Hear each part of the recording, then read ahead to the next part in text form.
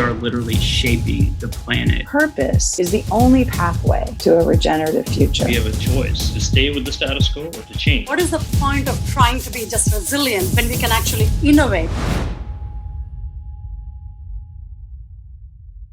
So my background is 25 plus years of asset management and portfolio management, working with owners to help them solve problems. About 18 months ago, I started my own advisory firm, Cereus Asset Services. And just to continue that, help owners fix problems. I got a nickname after a number of years of the fixer because I kept getting thrown lots of big problems to solve. So we do asset management and some corporate real estate work for our owners. But one of the solutions to solving problems for commercial real estate owners is property technology. And I was pleased to be asked to join the advisory board for Kairos IoT a little over a year ago. And Kairos offers sustainability platform around water. We have smart water meters, and then we also have a patented leak detection system that is actually very different from the other systems that are out there. We utilize a membrane which can be modified to fit many, many different applications within the multifamily industry, office buildings, data centers, etc.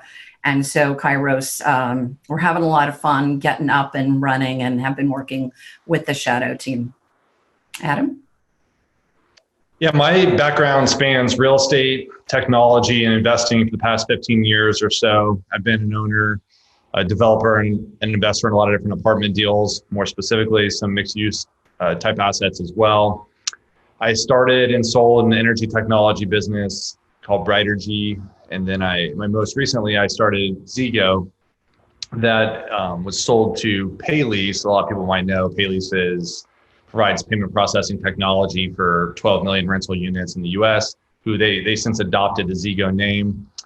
So that transaction happened in April 2019. I stayed on for a few months and then have been taking the last year off to really think about what I'm going to do next. Just in the last 60 days or so, I ended up joining 3 boards. I kind of went into vacation mode and hiding for a year, and now that I'm out, I'm getting more active. And one thing that I'm involved with that's relative to the topic of this conference and real estate technology is the only SPAC that's dedicated to real estate technology. So I'm on the board for Property Technology Acquisition Corporation 2, the second SPAC that group Hennessy Capital is doing. So that group is looking for a currently private business to take public via a SPAC. So I'm pretty excited to spend some time on that. All right, thank you both. So we're gonna jump right into it. So when I first started working with a lot of our labs companies and startups that are in multifamily, I heard the term, or I guess the phrase NOI a lot. So it's kind of all over multifamily. Asset managers, property managers are very concerned with NOI. So can you talk about some of the issues that are impacting NOI in the CRE world right now? So Adam, I'll jump in and then let you add on. So right now, especially with COVID, NOI is getting hammered from both sides. It's getting hammered from the revenue side and also on the operating expense side. So revenue is down in many cases because people aren't leasing space. If you have a building and it's fully leased, you may have tenants or residents who can't afford to pay their rent or can't afford to pay all of their rent. So while you may have a contractually full building, that doesn't mean that your revenue isn't getting hit. And then on the operating expense side, we're seeing expenses on the office building side of anywhere from 15 to 20 cents a foot for COVID related expenses, such as cleaning, additional work staff where you have to coordinate hours more. At the end of the day, when buildings get more fully occupied, we're going to actually see, for high-rise buildings, we're going to see elevator expenses creep up pretty substantially, especially if you're in that 100-story office building. So people right now, sort of 2 overall things on that side. Number one, no one really knows exactly how much it's going to cost because a lot of buildings are not, they're less than 25% occupied. And so we won't really know the full impact on the office building, the commercial side, probably for another 6 to 9 months, depending on how COVID goes. But on the multifamily side, I would say people are so focused on running the buildings that they've not been spending a lot of time tracking the expenses. Seen some anecdotal information of somewhere between 4 and 5 cents a foot. But we're also on the multifamily side, and Adam, you could probably speak to some of this, seeing some costs come down. You know, there's only certain types of marketing you can do right now. So your marketing expenses may be offsetting to some degree the additional cleaning or the additional work that you have to have done to make the building functional for your tenants or your residents. Yeah, so, you know, I think there's a few things that are notable about NOI right now. So first of all, technology startups like selling around NOI bump because basically for every dollar in increase in NOI, you get approximately a 20 times increase in the property value. So that's why startups talk a lot about increasing NOI, which, you know, makes sense. We're also, I think, in a general kind of like phase of the real estate cycle where it's late cycle. Everybody, especially in multifamily, everyone keeps like waiting for the market to slow down. And if you think about historically, if you're a real estate entrepreneur, if you're one of the most talented people in the industry, you very oftentimes gravitate to the deal side, finding new deals because that's where the money's made. And if I'm an operator and I'm an owner of apartments, I go buy a new deal. I make way more money doing that than I can maybe modestly increasing the operation efficiency of my property. So, and most times that's really what entrepreneurs care about in real estate, but you're starting to see that shift a little bit to focus more on NOI and property operations, which I think is pretty exciting. And, you know, so, you know, wearing my owner hat, the big things impacting NOI today are interest rates by far is the single biggest thing having the impact. You can, you know, that's leading to a lot of refinances. So there's a ton of refinance activity happening with Fannie and Freddie right now, just because rates keep dropping as low as they've ever been. Property taxes is like the second biggest hit on NOI. And the story there is you've got municipalities that are finally catching up to just a boom that we've seen in market values of real estate assets. So they're just basically just catching up. So, you know, all you can really do there is be aggressive, litigate, settle, negotiate property tax bills. And then insurance is the other kind of big story from an NOI standpoint, especially on the habitational side. So, you know, multifamily real estate basically the insurance industry has lost their ass the last 3 or 4 years. So rates are going up as a result. And you know, that's causing a lot of problems, you know, just on the underwriting models for these different deals. But, you know, all that being said, there's a lot of interesting things obviously happening on the technology side, which I'm sure we'll talk about here in a little bit related to improving the NOI. Specifically on the insurance, Adam, you're right. Insurance rates are going up dramatically, but the Kairos team has been working with Shadow on a white paper, and we'll be pushing that out here probably in 2 to 4 weeks, hopefully on the shorter end of that. But an interesting fact that came out of our research for that white paper is not only are insurance premiums rising, but insurance carriers have now started to increase the insurance deductibles. And what's happened is there's been so much pressure on them because there have been, you know, big catastrophic events. There have been events that aren't technically considered catastrophic events, like your traditional hurricane, tornado, earthquakes, etc., but the fires and a number of other incidents. And the insurance companies feel like they're getting nickeled and dimed through some of those types of things, but also on leak issues and water intrusion issues, fire issues. So what they've done is they've pushed back and they've said, we're going to increase deductibles because we're really putting this pool of money together from your premiums to be there and be available for the big events. But that money is getting eaten away with all of these smaller unplanned events that inevitably properties have. And especially, as you were saying, Adam, on the multifamily side of things, when you talk to insurance companies and owners, water is the biggest challenge that they see. On the insurance side, depending on which insurer you will talk to, somewhere between 30 and 36% of their claims are water related. That doesn't mean there aren't other types of claims, But because water is such a huge piece of it, some insurance carriers have actually decided they're going to carve out any water related issue for your building and set that deductible at $250,000. And there are multiple insurers going there. So while you've been used to having a $10,000, $25,000 deductible, now you're seeing deductibles a lot at $100,000. So that potentially is a huge impact to your NOI. While some of those costs can be capitalized, not all of them can. And even if it doesn't hit NOI, which obviously drives value, it's still going to hit cash flow. So that's something that I don't believe it's a relatively new occurrence in the last 18 to 24 months where these deductibles have started going up that much. And we haven't seen the owner side really acknowledge and truly understand how much of an impact that could have in the long range. And so we need to try and find ways to help them de-risk their portfolio by implementing technology to help minimize the number of these events that occur. Thank you both for those answers. So we've, kind of touched on it, technology. So with what both of you do, so Jeanette with Kairos and Adam having been, his own startup in smart home technology, how is technology really helping you address all these issues? Adam, do you want to take that one first? Yeah, so I'm not sure exactly what you mean by like all these issues, but like when I think about technology in real estate, like property management, for example, it's such a broad, like you can apply technology to every single side of real estate, the deal sourcing side, the data side, the management side. But I'll just kind of like share some thoughts around technology and the impact, it can have on NOI and some things you might be able to do there. So the first thing that I've seen is like, you have to do the basics, and the basics are really around having good quality data and then having a team that's trained on how to use basic software to run your property.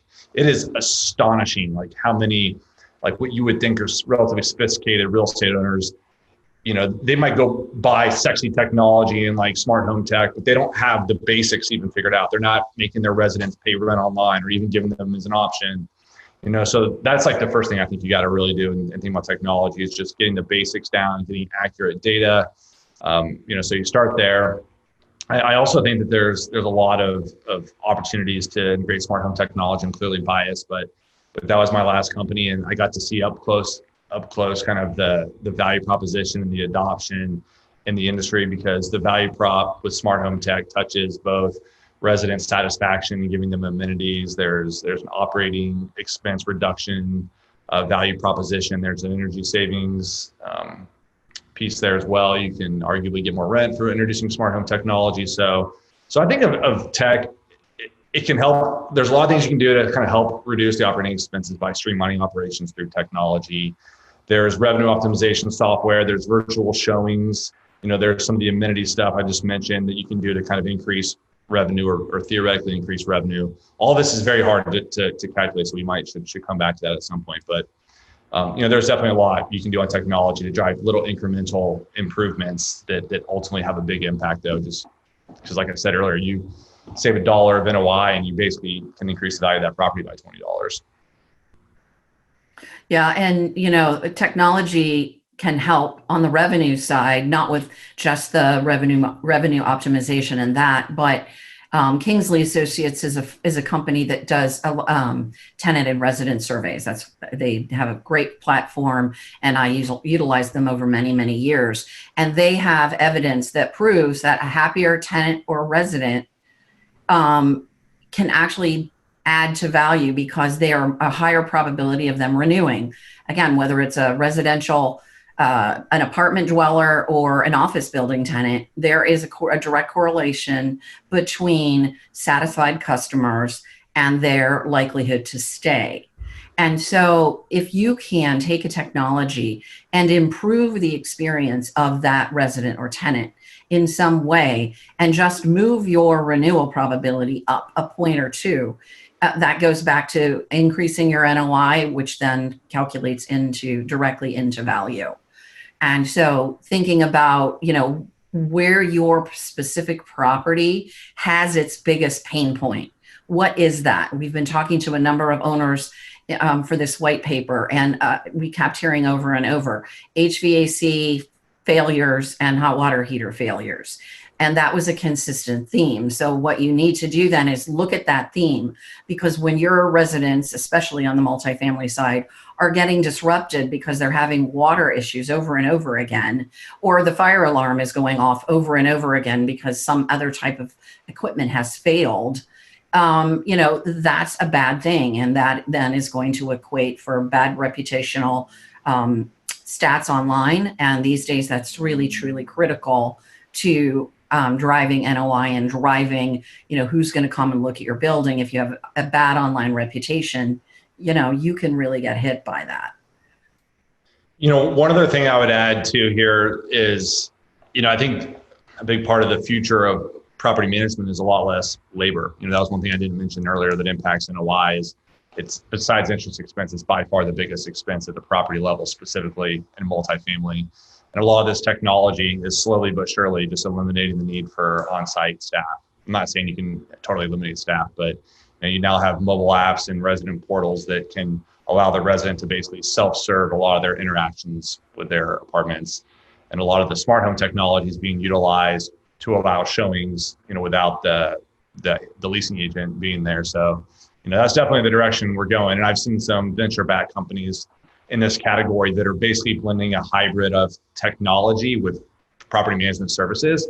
And their value proposition is almost entirely around, hey, we're going to use so much technology that the cost of on-site people is going to go down in half because of how we're, kind of doing some stuff with some economies of scale, but really streamlining a lot of the property operations with better use of technology. Yeah, that's definitely a trend. It has been something on the ownership side, and talking with a lot of owners, that they're frustrated because it hasn't gotten there yet, right? They're like, we keep being told to add all this technology, but we're not seeing the savings on the staffing side. I think that's some of the newer technology that is out there and has come about in the last year, and I think that is coming soon. I think it will actually ultimately result in that savings. But one thing that can make a difference too is if you are using technology to allow your staff to focus on the higher value tasks, like interacting with the residents and or tenants, that type of thing, again, can make a huge difference and take them away from the mundane things of getting data. You can give them the data from the technology. They're not having to go out and find it. They have it. If you do the right training with them with some of these technologies, they can really utilize that data that they're getting from these technologies to make faster, more efficient decisions, get the information to the asset managers, and they're able to make better and faster decisions. And when you, interestingly, and I may be going to our next topic, but when you start to look at these increased deductibles, the ROI calculation starts to be a lot easier. And I think a lot of times when people are looking at the return on investment of these technologies, they do forget to look at the revenue improvement side. They forget that if you have happier residents and happier tenants, that you can potentially have a lower turnover, because replacing residents or tenants, it's a huge expense. And if you can move, a lot of apartments run somewhere in the around 50, the better apartments above 50% retention, the less quality ones probably below that. But if you could start pushing your retention rate up into the high 50, 60% range, that can have a significant improvement on your NOI.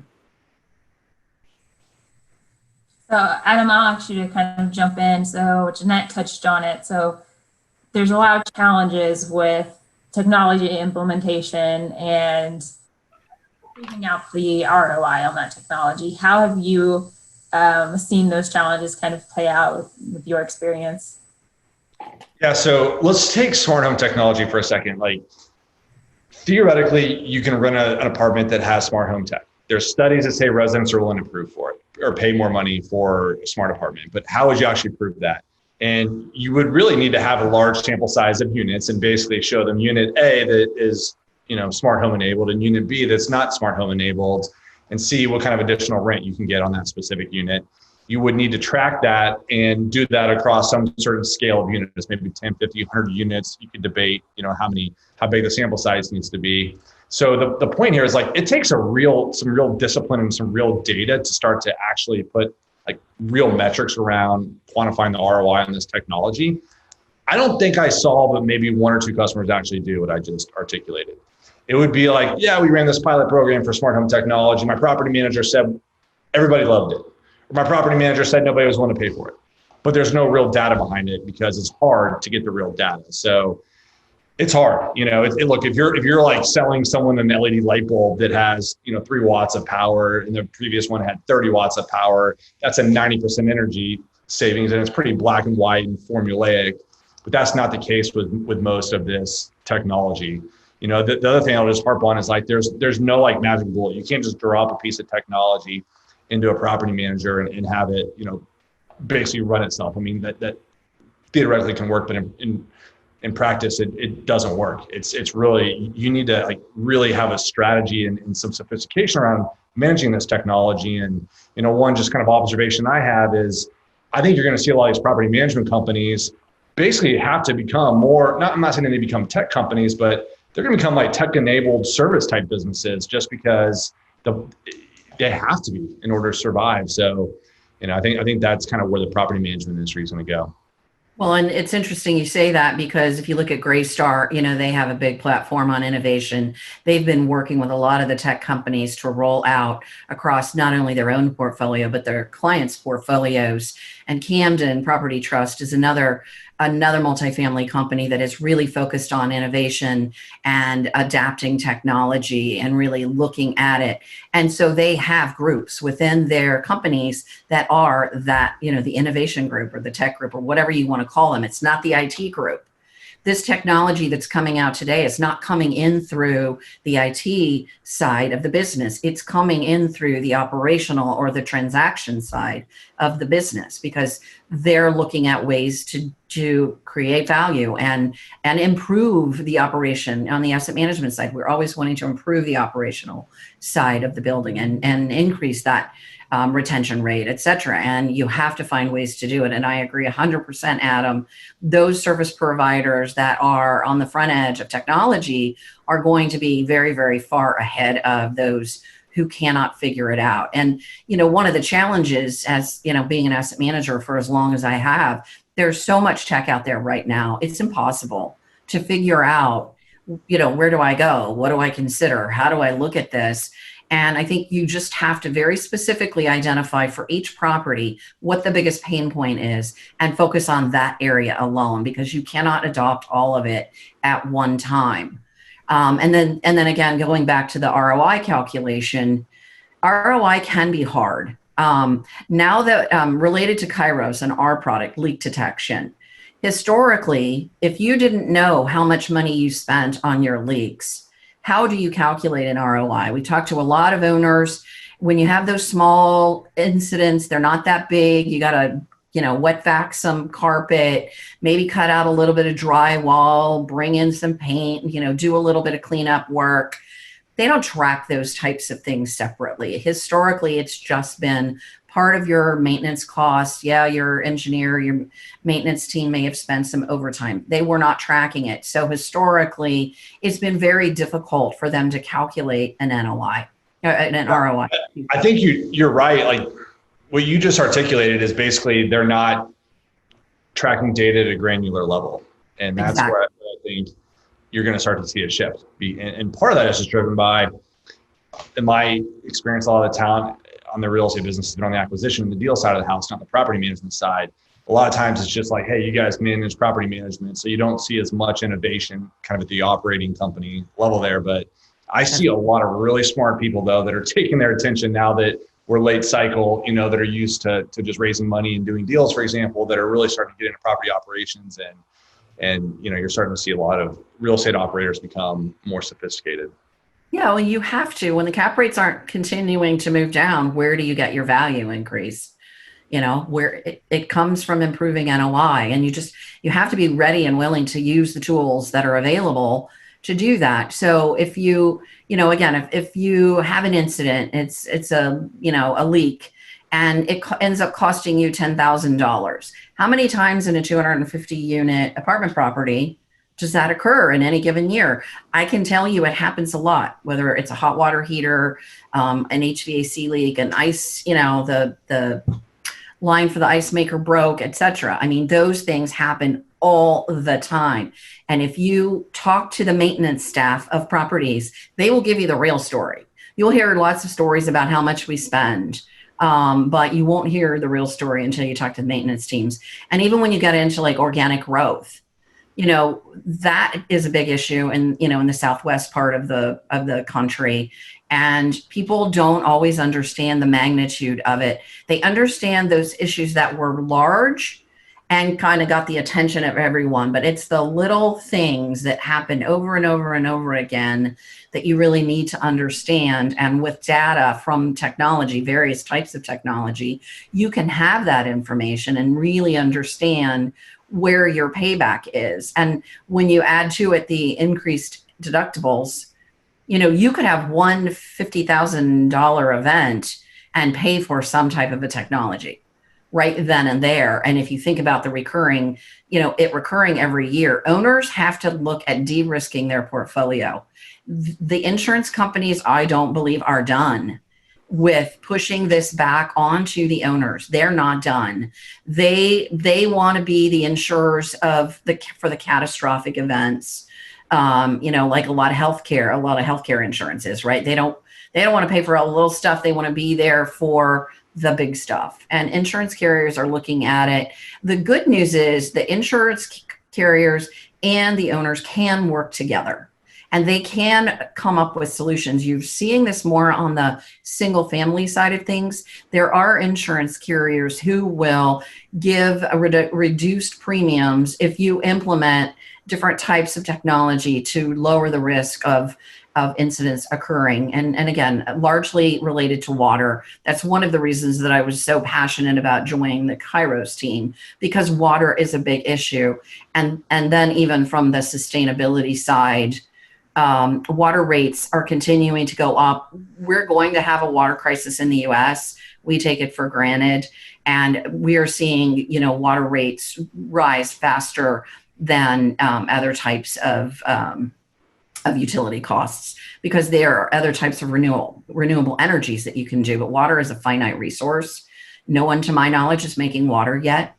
So it's really imperative that we focus on it.